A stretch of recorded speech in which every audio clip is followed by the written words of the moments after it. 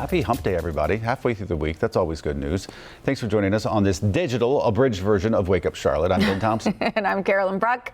We're going to get to your top stories in just a few minutes. But first, we need to get to Larry Sprinkle with the forecast. And good morning as we take a view from our South Charlotte camera looking off the east here. You see the sun trying to peek through the clouds out there. Gray skies this morning as we head to noontime. We're about 71 degrees. In the middle of the afternoon, we'll be in the mid-70s today. Tomorrow, cloudy skies, mid-70s again. I really think the rain chance definitely increases on Friday. Could be some showers, even a couple of thunderstorms in the afternoon.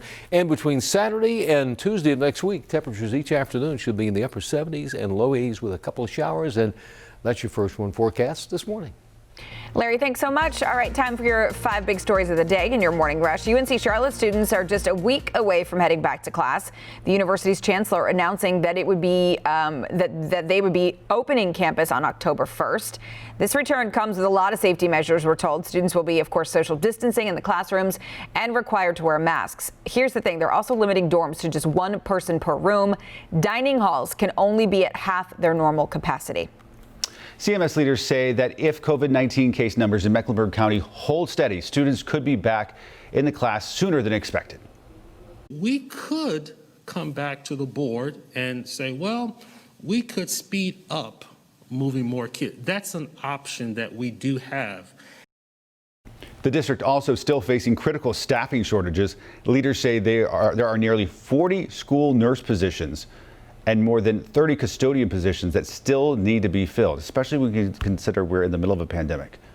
Today, thousands of teachers across South Carolina expected to call out of work. The group SC for Ed calling on teachers to use a personal day today to protest their pay. So teachers were supposed to get yearly raises, but this year state lawmakers froze the budget that included those raises because of the pandemic. I'm Tracy Potts. We're just outside the U.S. Supreme Court this morning where the public will begin to pay their respects over the next 2 days. The casket outside the court as the public comes by. There's also a private memorial happening inside this morning. Meantime, here at the U.S. Capitol just across the street, Mitt Romney, senator from Utah, has now said that he will vote for a presidential nominee to fill that seat. That's a key vote for Republicans and all but kills the Democrats' effort to slow down this confirmation. Former Vice President Joe Biden will visit Charlotte today. It's his first visit to North Carolina as the Democratic Party's official nominee. Details still limited at this point, but all we know that Biden is attending a Black Economic Summit. His visit comes just a day before President Trump also expected to make a visit right here in the Queen City.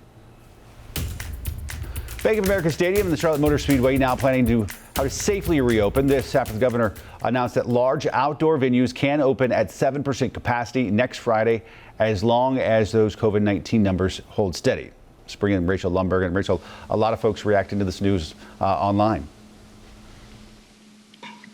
Yeah, some football fans are crossing their fingers that those numbers do hold. On our Facebook page, Ben, we have almost 1,000 people reacting to this story, leaving us a lot of different comments, which I'll get to in just a minute. But first, if the numbers do hold, then Bank of America Stadium could open as early as October 4th, which is their next scheduled home game. Here's what it would look like. So the stadium has more than 75,000 seats in it. Only 7% filled would equate to around 5,300 fans in the stands. Now, the stadium does have a bunch of safety measures in place, including social distancing, which that would allow, masks and sanitizing stations. You will not need any cash to go to the game because you can't pay for food with cash. You just have to use your card or your phone. Charlotte Motor Speedway also hoping to open up in early October for the Roval 400. That's October 11th. They said that they'll have a similar seating situation, only they have 93,000 seats at the Speedway.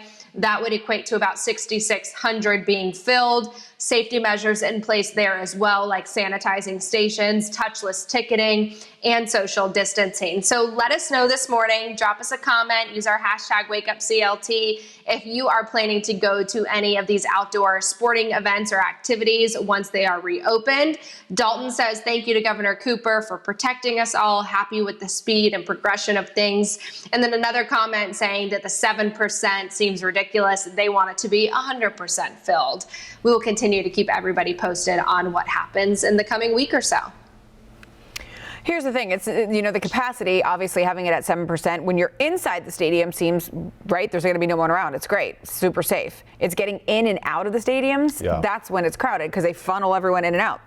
So Yeah. I'd expect it to be timed probably. It's probably going to be timed, and it's probably going to be tedious. So just be prepared for that. But it's what you have to do in order to keep things safe. exactly. And that's what matters most. Yep. All right, time now to connect the dots when we make the news make sense. As we mentioned, Joe Biden's going to be here in Charlotte today, and tomorrow it's going to be Donald Trump.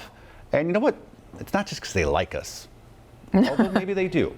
There is a very specific reason they're paying North Carolina so much attention. The direction North Carolina swings in this election year has a huge impact on who becomes our next president. Let's connect the dots. North Carolina has 15 electoral votes, and it's best described as a swing state that tilts towards the Republican Party. President Trump won it by 4 points in 2016, but experts are predicting the inverse of that this November. According to a new NBC poll, Joe Biden holds a 7-point lead over Mr. Trump in our state. Experts say there are very few paths to Trump winning the presidency without a victory here in North Carolina. In fact, no Republican has won the presidency without North Carolina since Dwight Eisenhower back in 1956. Biden is currently posting leads in every state that Hillary Clinton carried in 2016, as well as 4 other states.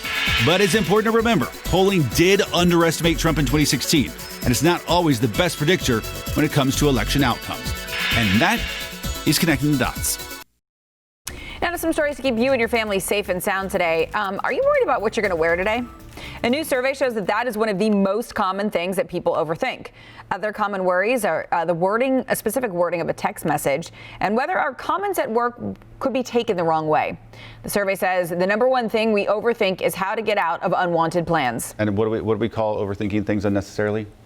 Mind chatter. It's the worst. It really is, but everyone's guilty of it. You got to be active in your thoughts and stop yourself. Yeah. Not meditate or something. Yeah, something. If you're having trouble concentrating while working from home, blame your family. 2/3 of Americans say the people they live with are making it hard to get their work done every day. People working from home also say distractions around the workspace are making it hard to focus. Yeah. Lock the door. Just blame your family for everything, though. Right, I know. It's an easy thing to do. Have mind chatter about that. All right, make sure you join us every weekday morning, 4:30 a.m. for Wake Up Charlotte. You can blame us. Probably do already.